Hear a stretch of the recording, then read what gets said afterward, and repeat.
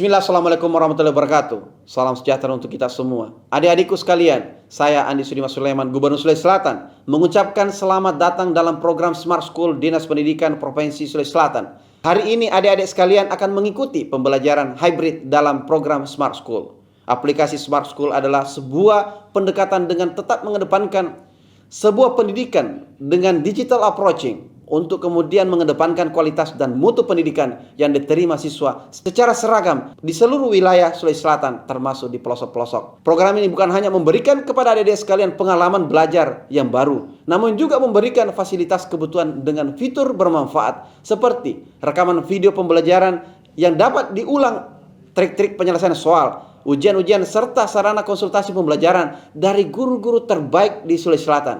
Sering-sering mengakses aplikasi Smart School melalui gawai yang adik-adik sekalian miliki di setiap kesempatan yang dimiliki. Untuk seluruh adik-adikku sekalian yang saya cintai, saya banggakan, selamat belajar dan semoga ilmu yang didapatkan bermanfaat untuk menambah pengetahuan pendidikan adik-adik sekalian. Salam kita pada salam. Assalamualaikum warahmatullahi wabarakatuh. Salam sejahtera untuk kita semua.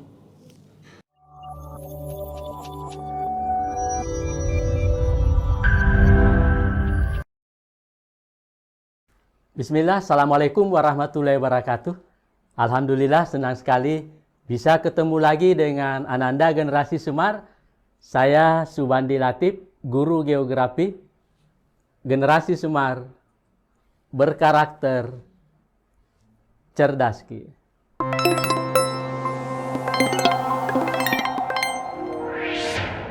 Baik, kali ini kita akan belajar geografi kelas 12 pada semester ganjil. Materinya tentang interaksi keruangan desa, kota, dan dampaknya. Generasi Semar, melalui pembelajaran kita hari ini, kalian diharap yang pertama, Generasi Semar bisa menjelaskan faktor-faktor yang memengaruhi interaksi desa dan kota. Kemudian yang kedua, Generasi Semar diharapkan mampu menganalisis pola interaksi desa dan kota. Selanjutnya yang ketiga, Generasi Semar, kalian diharap mampu untuk menganalisis dampak interaksi desa dan kota. Nah, Generasi Semar, kita akan melihat bagaimana interaksi keruangan desa dan kota. Nah, kalau gambar yang seperti ini, tentu kalian sudah sering melihatnya melalui pembahasan kita sebelumnya tentang pola keruangan desa dan kota. Pola ruang desa terdiri atas lebih dominan bentang alam, berupa pepohonan, sawah, sungai, dan sebagainya. Kemudian bentang alam, bentang kota, itu lebih dominan terdiri atas bentang budaya, berupa bangunan-bangunan ciptaan manusia, rumah, gedung, jalan, dan sebagainya. Nah, ini kita sudah bahas pada pembahasan sebelumnya tentang pola keruangan desa dan kota. Kali ini, dua wilayah ini yang akan kita lihat adalah bagaimana interaksinya atau hubungan timbal baliknya yang saling mempengaruhi antar desa dan kota sehingga menimbulkan efek baik bagi desa maupun bagi kota. Nah, inilah yang akan kita bahas ke depan tentang interaksi keruangan desa dan kota. Nah, Generasi Semar, yang pertama kita akan melihat ilustrasi gambar seperti ini. Kenapa terjadi interaksi keruangan desa dan kota? Itu karena desa itu sebagai wilayah yang menghasilkan banyak hasil-hasil agraris, misalnya hasil pertanian berupa beras, jagung, kapas, dan lain sebagainya. Kemudian hasil hutan, kayu, rotan, bambu, dan sebagainya. Atau misalnya hasil perikanan. Nah, ini yang dominan ada di desa, karena desa agraris.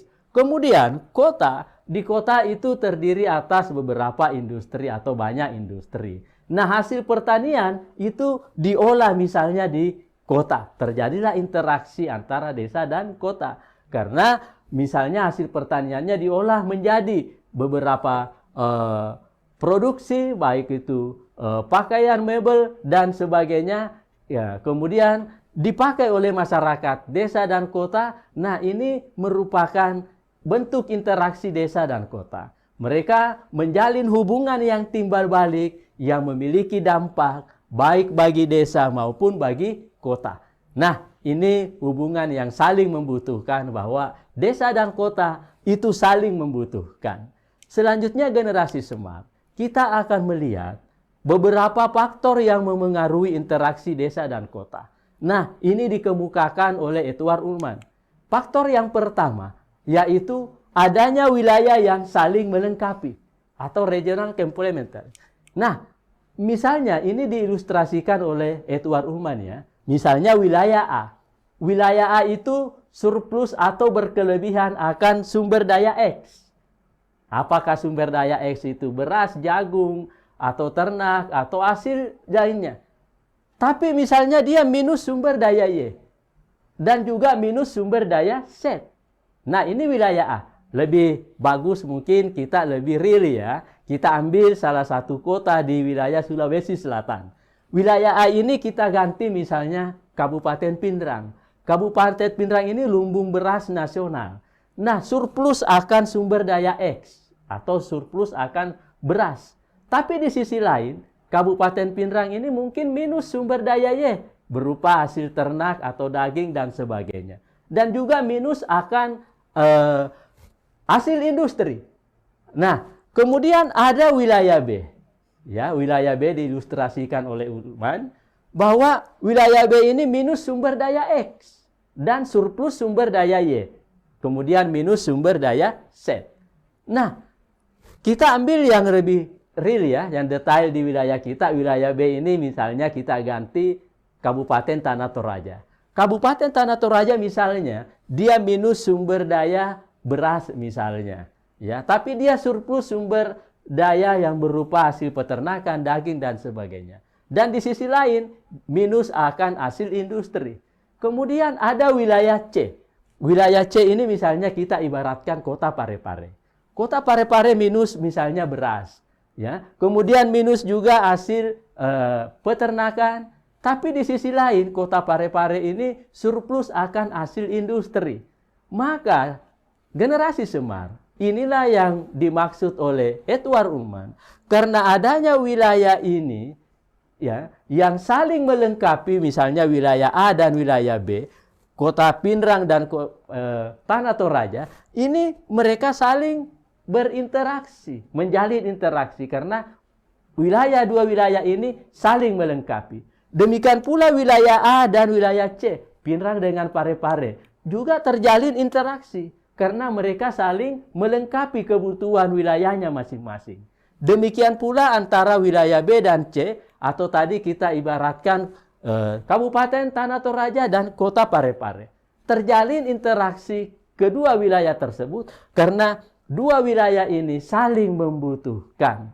Nah, inilah maka mereka saling melengkapi. Nah, inilah faktor yang pertama menurut Edward Ullmann. Kemudian generasi smart, kita akan melihat ilustrasi berikutnya bahwa bukan saja 3 wilayah ya. Ini Bapak berikan gambar 2 wilayah yang saling melengkapi. Jangan sampai generasi smart yang ada di persepsinya bahwa wilayah saling melengkapi itu harus 3 wilayah. 2 wilayah ini juga terjalin ya saling melengkapi atau regional complementary. Wilayah A dan wilayah B saling melengkapi karena sumber daya mereka saling membutuhkan. Nah, inilah faktor pertama menurut Edward Ullmann. Kemudian generasi smart, kita akan melihat faktor yang kedua yang mempengaruhi wilayah saling terjalin interaksi, yaitu adanya wilayah yang saling berintervensi atau intervening opportunity. Nah, inilah misalnya diilustrasikan oleh Edward Ullmann seperti ini. Wilayah A. Wilayah A ini surplus sumber daya X. Tapi di sisi lain, wilayah A minus sumber daya Y. Kemudian ada wilayah B. Wilayah B ini surplus sumber daya X, tapi dia minus juga sumber daya Y. Nah, sama. Sehingga dua wilayah ini, hubungan interaksinya itu menjadi melemah seperti ini. Ya, melemah. Kemudian ada wilayah C. Wilayah C ini surplus sumber daya X, juga surplus akan sumber daya Y. Sehingga wilayah C inilah yang memenuhi kebutuhannya wilayah A dan wilayah B. Atau wilayah C ini melakukan intervensi terhadap wilayah A dan wilayah B. Sehingga hubungan interaksi wilayah A dan B menjadi melemah karena adanya wilayah C yang melakukan intervensi. Inilah yang dimaksud oleh Edward Urban, faktor kedua yang mempengaruhi interaksi antar desa dan kota. Ilustrasi berikutnya kita lihat seperti ini, generasi Semar ya. Bapak berikan contoh wilayah A, wilayah B, dan wilayah C seperti tadi. Terjalin interaksi antar wilayah A dan C dan B dan C karena wilayah C itu melakukan intervensi terhadap wilayah A dan wilayah B. Kemudian generasi Semar, kita akan lihat faktor yang ketiga, yaitu adanya kemudahan di dalam pemindahan di dalam ruang atau spatial transfer ability. Nah, apa yang menyebabkan adanya kemudahan pemindahan ruang?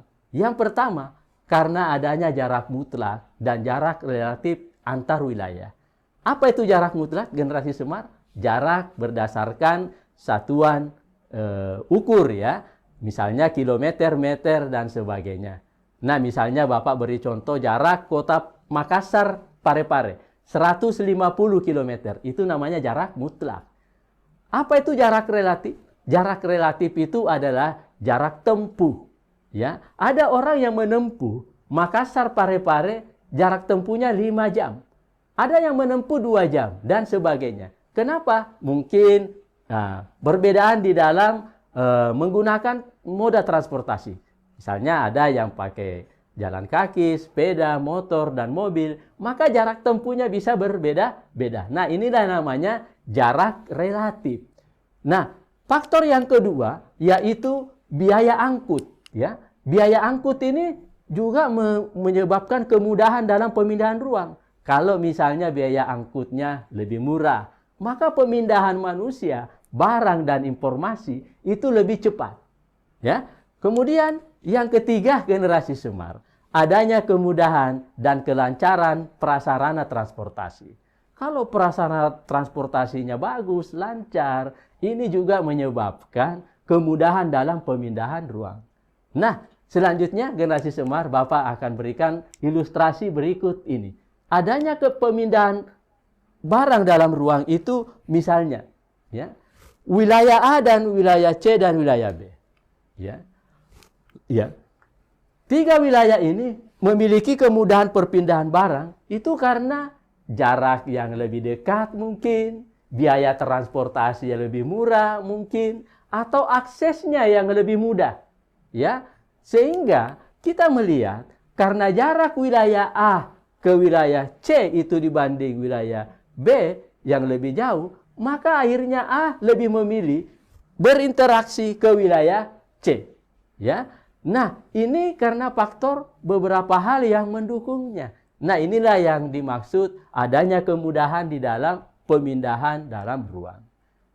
Selanjutnya generasi Semar, Bapak akan memberikan tantangan untuk menganalisis faktor yang mempengaruhi interaksi wilayah ini atau keruangan desa dan kota ini.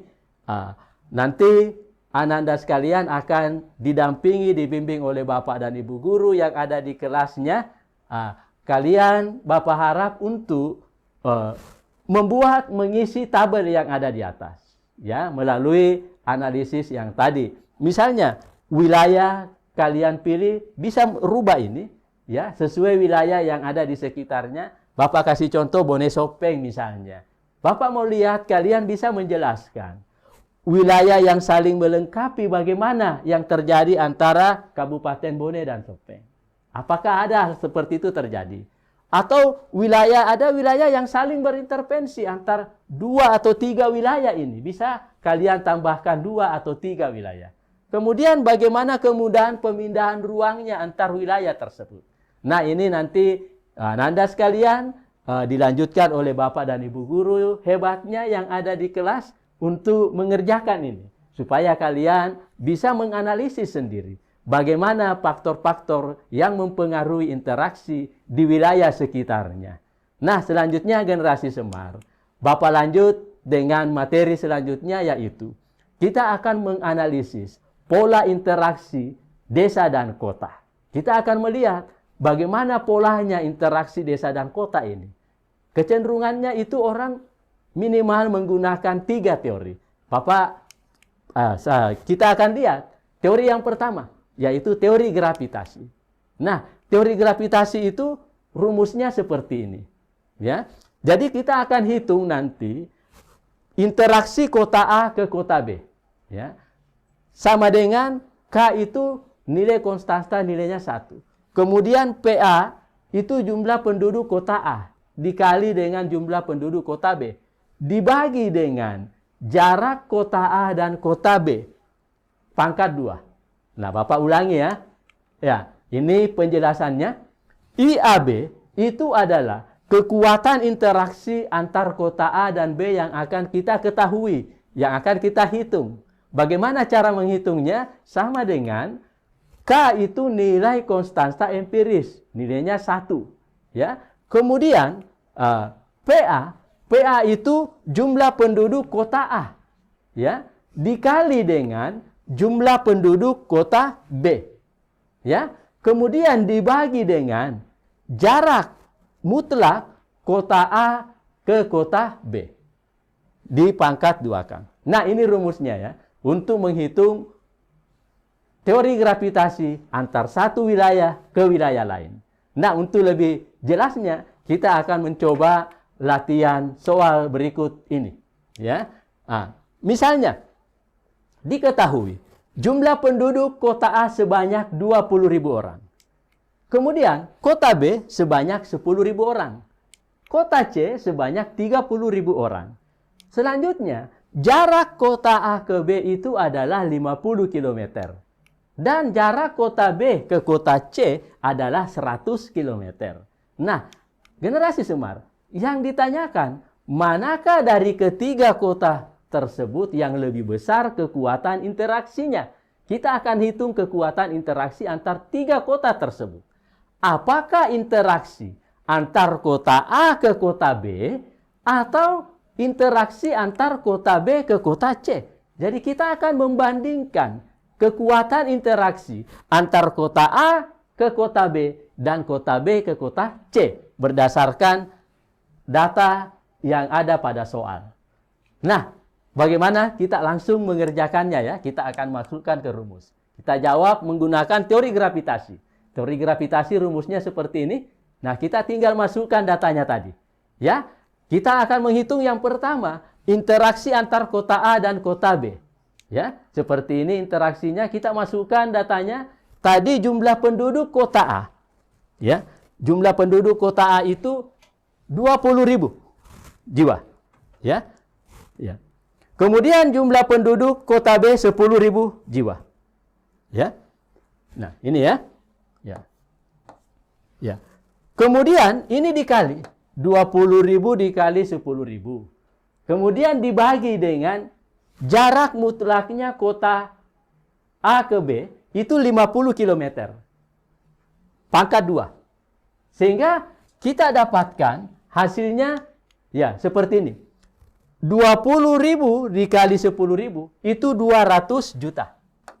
Ya, 200 juta ya. Kemudian 50 di pangkat 2 itu 2.500. Ya, 2.500. Nah, sehingga hasilnya 200 juta dibagi 2.500 itu sama dengan 80.000. Ini hasilnya. Jadi kekuatan interaksi antar kota A dan kota B ya, itu adalah 80.000. Nah, selanjutnya kita akan menghitung berapa kekuatan interaksi antar kota B dan kota C. Ya, kita coba menghitung, kita akan masukkan kalau di sini tadi interaksi antar kota A dan B, maka rumus berikutnya kita hitung adalah interaksi antar kota B dan kota C. Ya. Nah, kita coba masukkan datanya, ya. Penduduk kota B jumlah penduduknya 10.000 jiwa. Penduduk kota C jumlah penduduknya 30.000. Jadi 10.000 dibagi 30.000. Ya, dikali 10.000 dikali 30.000. Dibagi ya, jarak kota B dan C itu 100 di pangkat 2. Ya. ya. Maka kita dapatkan hasilnya generasi Semar seperti ini. 10.000 dikali 30.000 itu adalah 300 juta. Kemudian dibagi dengan 100.000 dipangkat 2 itu adalah 10.000. Ya, maka 300 juta dibagi 10.000 itu hasilnya yang akan kita dapat adalah 30.000. Ini hasilnya. Nah, kita sudah dapat hasilnya. Interaksi antar kota A dan B 80.000, B dan C 30.000. Tapi pekerjaan kita belum selesai ya, generasi Semar, karena yang ditanyakan tadi ya, manakah yang lebih kuat interaksinya? Apakah A ke B, B ke C? Maka kita akan membandingkan kekuatan interaksinya. Jadi ya, perbandingannya 8 berbanding 3. Ya, 80.000 dengan 30.000 itu kita sederhanakan menjadi 8 berbanding 3. Sehingga interaksi kota A ke kota B itu lebih kuat atau lebih besar dibanding dengan kekuatan interaksi kota B dan kota C. Nah, inilah kesimpulannya yang kita dapatkan melalui hasil perhitungan kita menggunakan teori gravitasi.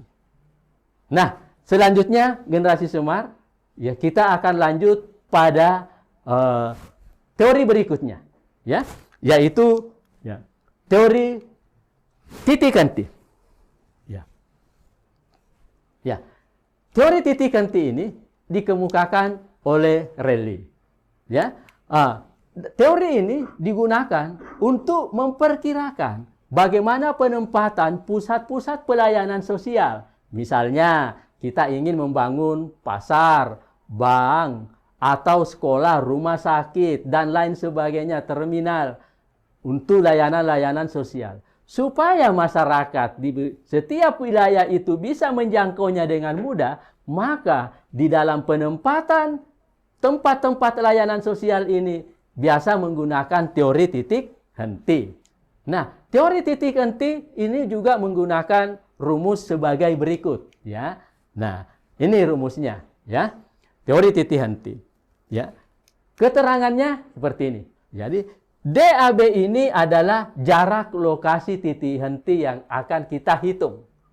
Ya, sama dengan ya, jarak antar kota A dan B. Jarak mutlaknya berapa? Jadi D kecil ke AB. Dibagi 1 ditambah akar PA. PA itu jumlah penduduk yang lebih besar. Dibagi dengan PB. PB itu jumlah penduduk yang lebih kecil. Ya. Kemudian, ya. Jadi, saya ulangi generasi Semar supaya kalian bisa ingat baik-baik. Ya. Teori titik henti ini rumusnya, ya. DAB ini adalah jarak lokasi titik henti yang akan kita cari. Sama dengan, ya, jarak antara kota A dan B, D kecil DAB, dibagi dengan 1, ya, ditambah akar jumlah penduduk kota A dibagi dengan jumlah penduduk kota B yang lebih kecil. Nah, generasi Semar, setelah kita bisa menghitung dengan baik, misalnya, jangan lupa dalam menentukan lokasinya itu diukur dari kota yang jumlah penduduknya lebih kecil. Ingat baik-baik ya. Diukur dari kota yang jumlah penduduknya lebih kecil. Kenapa? Karena jangan sampai kita bisa menghitung dengan benar hitungan matematikanya, tapi bagaimana menentukan dari mana diukur, kita lupa. Maka ingat baik-baik generasi Semar, diukur dari kota atau desa atau wilayah yang jumlah penduduknya lebih kecil. Kenapa demikian? Karena soal itu biasanya untuk teori ini, biasa model soalnya seperti ini. Kita akan lihat ke contoh soalnya. Ya, ini contoh soalnya. Ya. Jika kota A berpenduduk 600 jiwa dan desa B berpenduduk 150.000 jiwa, serta jarak kota A ke kota B 30 km, di mana lokasi ideal untuk mendirikan rumah sakit? Nah, di sini pilihannya ada 10 km dari kota A. Kemudian B 10 km juga dari desa B. Nah, di sinilah kita harus bisa menentukan diukur dari wilayah mana. Ya. Nah, sekarang kita akan mencoba menghitung, memasukkan data pada soal ke dalam rumus. Ya, ini rumusnya kita coba masukkan. Ya. Ya. Jadi tadi jarak kota A ke B itu adalah 30 km. Ya, 30 di sini.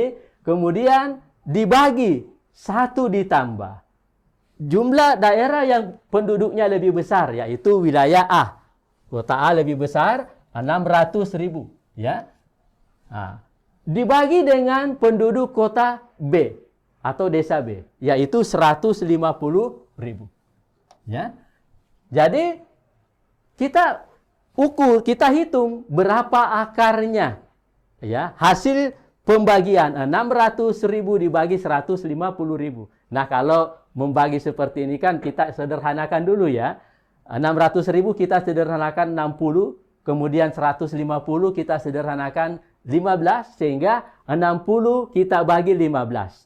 Maka kita dapat 4 ya. Jadi akar 4. Ya. Jadi 30 ditambah 1 ditambah akar 4. Akar 4 itu sama dengan 2 ya. Ya, ini tadi akar 4 ya. Jadi 30 dibagi 1 ditambah 2. Jadi 1 ditambah 2 itu 3 ya. Maka 30 dibagi 3 kita dapatkan 10. Ya. Nah, kita sudah dapatkan hitungannya, yaitu 10 km. Nah, tapi kita harus ingat tadi bahwa diukur dari kota atau desa atau wilayah yang jumlah penduduknya lebih kecil. Nah, A 10 km dari kota A. Kota A ini jumlah penduduknya besar. Jadi A tidak bisa menjadi pilihan. Kita lihat B. 10 km dari desa B. Desa B lebih kecil. Maka yang tepat, yang benar itu adalah B. 10 km dari kota B.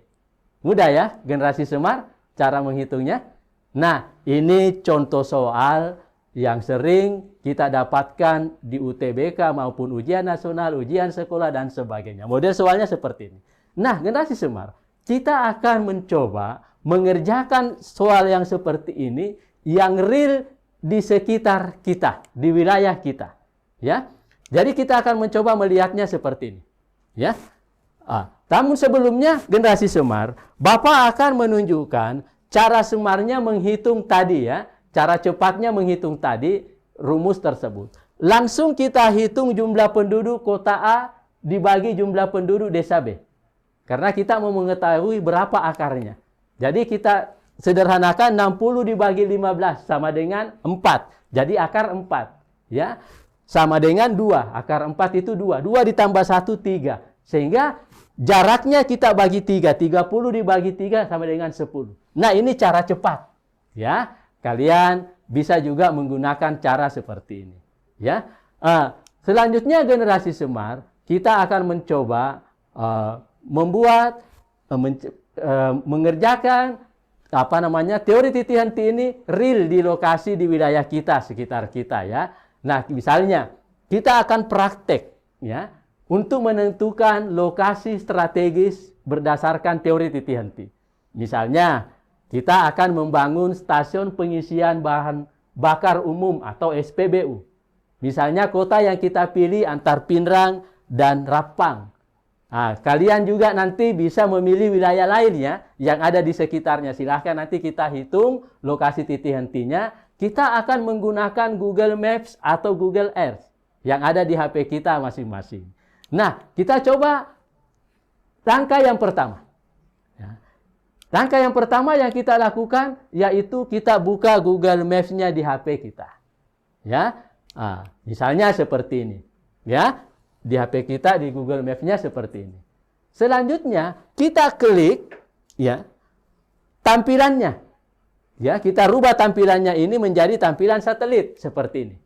Ya, kita klik yang tampilan satelit sehingga muncul tampilannya yang seperti ini. Ya, real dari satelit misalnya.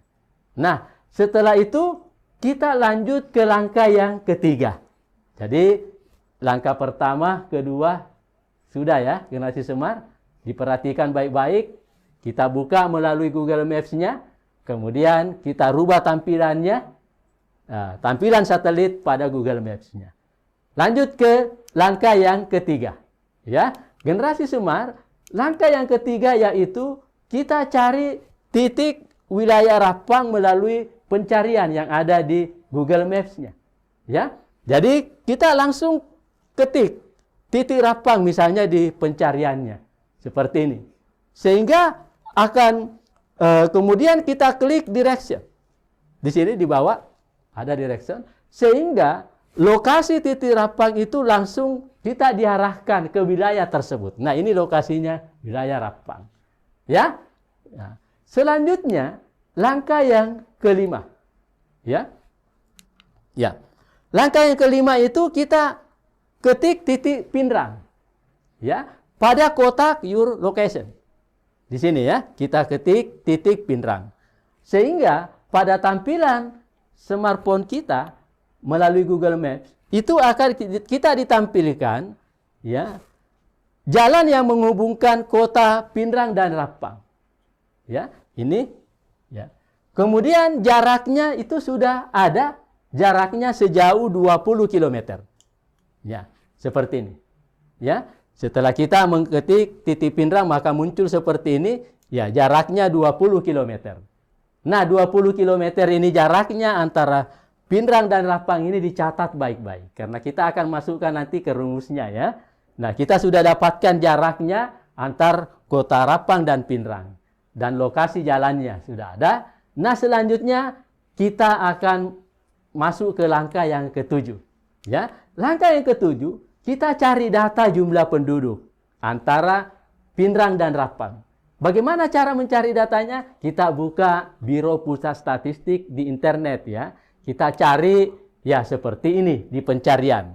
Kita ketik penduduk misalnya Watang Sawito di Kabupaten Pinrang berapa, maka akan muncul ya seperti ini ya 57.671 jiwa. Kita catat baik-baik jumlahnya ini ya. Kemudian kita cari lagi berapa jumlah penduduk Rapang. Di statistik itu kita dapatkan data seperti ini.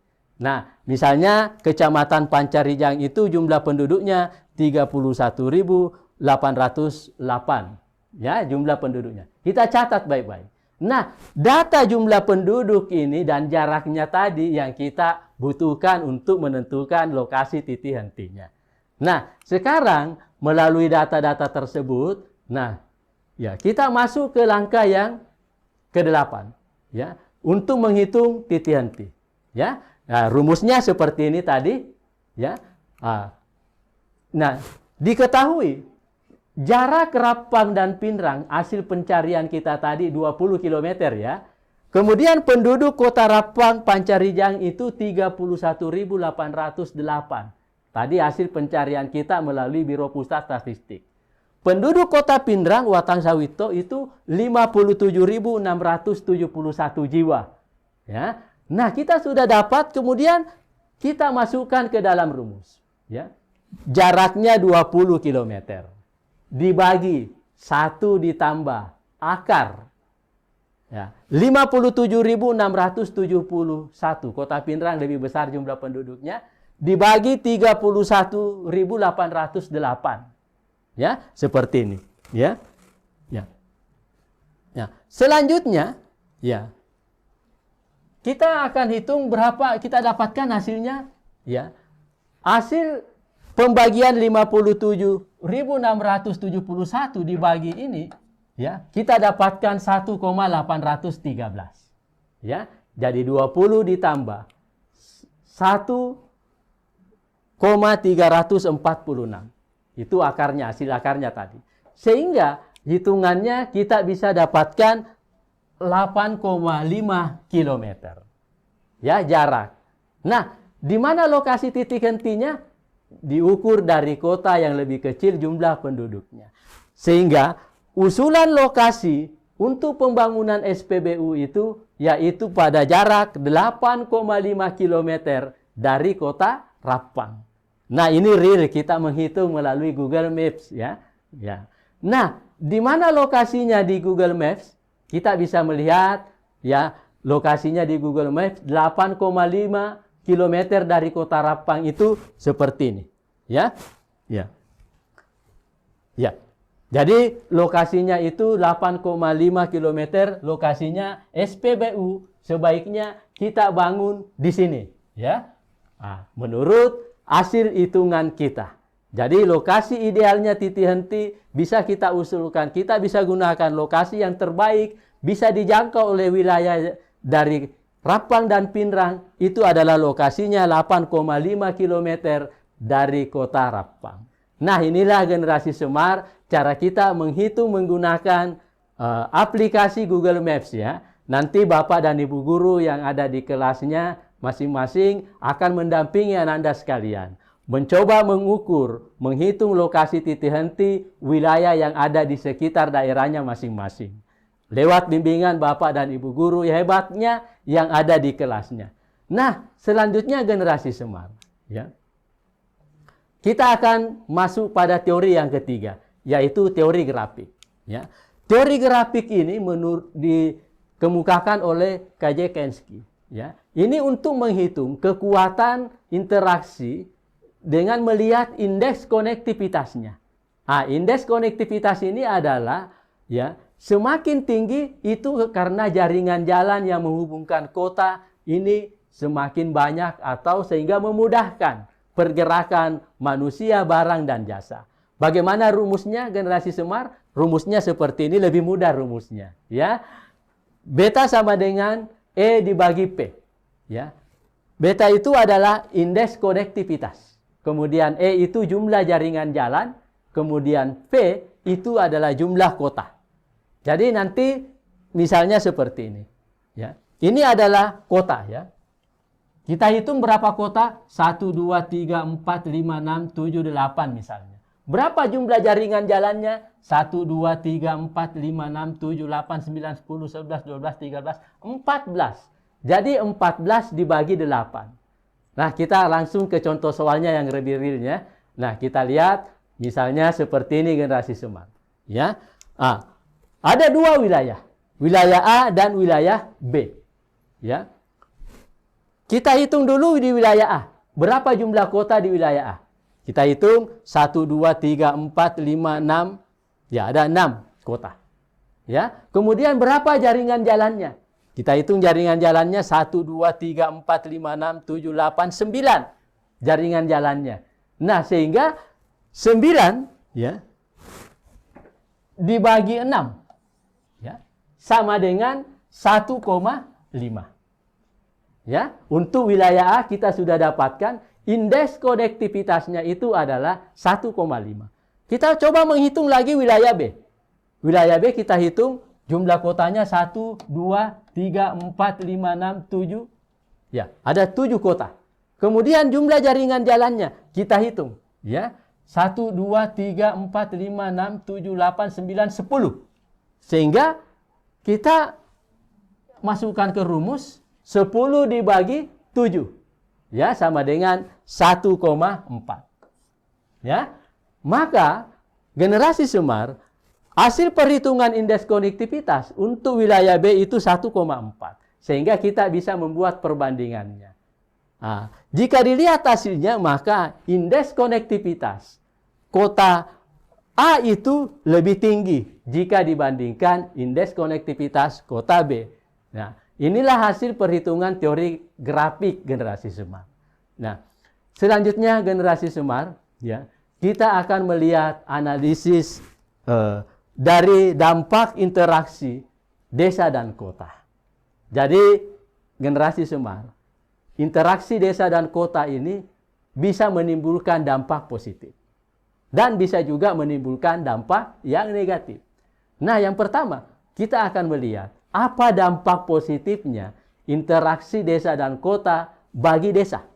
Ya, dampak positifnya bagi desa, yang pertama yaitu pengetahuan penduduk desa meningkat. Kenapa meningkat? Karena sebaran informasi dari kota, ya, atau proses pendidikan masuk di desa. Nah, ini menyebabkan pengetahuan penduduk desa bisa meningkat. Dampak positif yang kedua yaitu ya, penduduk desa mengenal berbagai teknologi baru.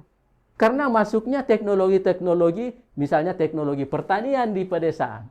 Maka penduduk dampak positifnya ini, penduduk desa mengenal teknologi baru. Kemudian dampak positifnya yang ketiga, yaitu desa semakin produktif dengan adanya teknologi tepat guna. Nah, di samping, ini dampak positifnya. Salah satu beberapa hal, tentu masih banyak yang lain mungkin ya. Nah, berikutnya kita akan melihat dampak negatifnya. Interaksi desa dan kota bagi desa. Ya, ada juga dampak negatifnya. Bisa jadi terjadi urbanisasi yang lebih besar, perpindahan penduduk dari desa dan kota. Jika terlalu besar, itu menyebabkan tenaga produktif yang ada di desa bisa berkurang. Nah, dampak negatif berikutnya bisa jadi ya terbuka kemungkinan pola hidup yang negatif dari kota itu masuk mempengaruhi pola hidup masyarakat desa.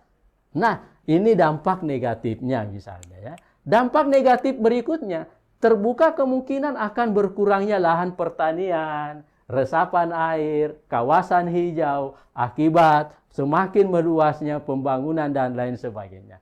Nah, ini dampak negatif bagi desa. Nah, kita akan lihat bagi kota. Adakah juga dampak positif dan negatifnya? Ya, bisa jadi ada positif dan negatifnya ya. Bagi kota, dampak positifnya itu tersedianya tenaga kerja dari desa, ya. Kemudian, yang kedua, kebutuhan akan bahan mentah dan barang-barang hasil pertanian itu bisa terpenuhi yang dibutuhkan oleh masyarakat kota. Kemudian, ada juga dampak negatifnya. Bisa kita lihat bagi kota, ya. Misalnya, penduduk kota semakin padat. Nah, ini negatifnya. Akibatnya ya terjadi mungkin pemukiman-pemukiman yang kurang layak di kota-kota karena padatnya penduduk. Kemudian ya kepadatan penduduk juga menyebabkan pengangguran. Bisa jadi ya terjadi pengangguran di beberapa wilayah di kota. Dampak yang ketiga itu bisa terjadi kriminalitas. Nah, inilah generasi Semar, beberapa dampak negatif yang bisa saja terjadi bagi desa dan kota. Nah, sekarang generasi Semar kita akan masuk pada sesi tanya jawab atau latihan soal ya. Soalnya, jika kota X berpenduduk 12.000 jiwa dan kota Y berpenduduk 3.000 jiwa. Ya, jarak kota X dan Y itu 60 km. Lokasi ideal untuk didirikannya rumah sakit sebaiknya di mana? Silahkan menggunakan rumus yang ada di atas generasi Semar. Jadi, apakah 10 km dari kota X atau 10 km dari kota Y atau 12 km dari kota X ya dan 20 km dari kota X dan 20 km dari kota Y. Kita selesaikan soal ini ya. Jadi kita masukkan 60 jaraknya, kemudian 12.000 dibagi 3.000, maka kita dapatkan akar 4. Akar 4 itu sama dengan 2. 1 ditambah 2 adalah 3, jadi 60 dibagi 3. Sama dengan ya 20. Jadi hasilnya 20 km. Nah, 20 km ini ada pada pilihan D dan E. Kalau D 20 km dari kota X. Ya tentu X ini penduduknya lebih besar. Maka tidak bisa kita pilih D. Kemudian E 20 km dari kota Y. Maka ini yang lebih tepat. Jadi jawabannya yang tepat adalah 20 km dari kota Y. Ya. Nah, ini soal pertama. Nah, selanjutnya generasi Semar kita akan lihat soal yang kedua. Ya. Ini soal kedua. Ya. Jumlah penduduk kota A 54.000 jiwa, kemudian kota B 6.000 jiwa. Jarak kota A dan B itu ada 60 km. Di mana lokasi titik hentinya? Ya, apakah 10 km dari kota A atau 10 km dari kota B atau C 15 km dari kota A atau D 15 km dari kota B atau 30 km dari kota A? Jadi generasi Semar, cara menjawabnya seperti ini ya. Kita masukkan ke dalam rumus. Nah, tadi jaraknya 60 km. Jumlah penduduk kota A 54.000 ya. Kemudian jumlah penduduk kota B 6.000. Jadi kita bagi hasilnya kita dapatkan itu akar 9 seperti ini. Ya. Jadi akar 9 itu generasi Semar adalah 3. Jadi 1 ditambah 3 adalah 4. Maka kita dapatkan hasilnya 60 dibagi 4. Maka hasilnya adalah 15. Ya. Nah, hasil hitungan kita 15. Maka kita akan lihat pilihan mana yang bisa. Pilihan C dan D. Ya. 15 km dari kota A. A ini lebih besar. Tidak bisa ya. D 15 km dari kota B. Ini benar karena jumlah penduduknya lebih kecil. Maka jawaban yang tepat adalah 15 km dari kota B. Nah, demikian generasi Semar karena waktu kita sudah habis, maka generasi Semar pembelajaran geografi kita hari ini ya, Bapak akhiri ya. Ya. Terima kasih atas perhatian Ananda sekalian generasi Semar. Generasi Semar berkarakter cerdas. Wassalamualaikum warahmatullahi wabarakatuh.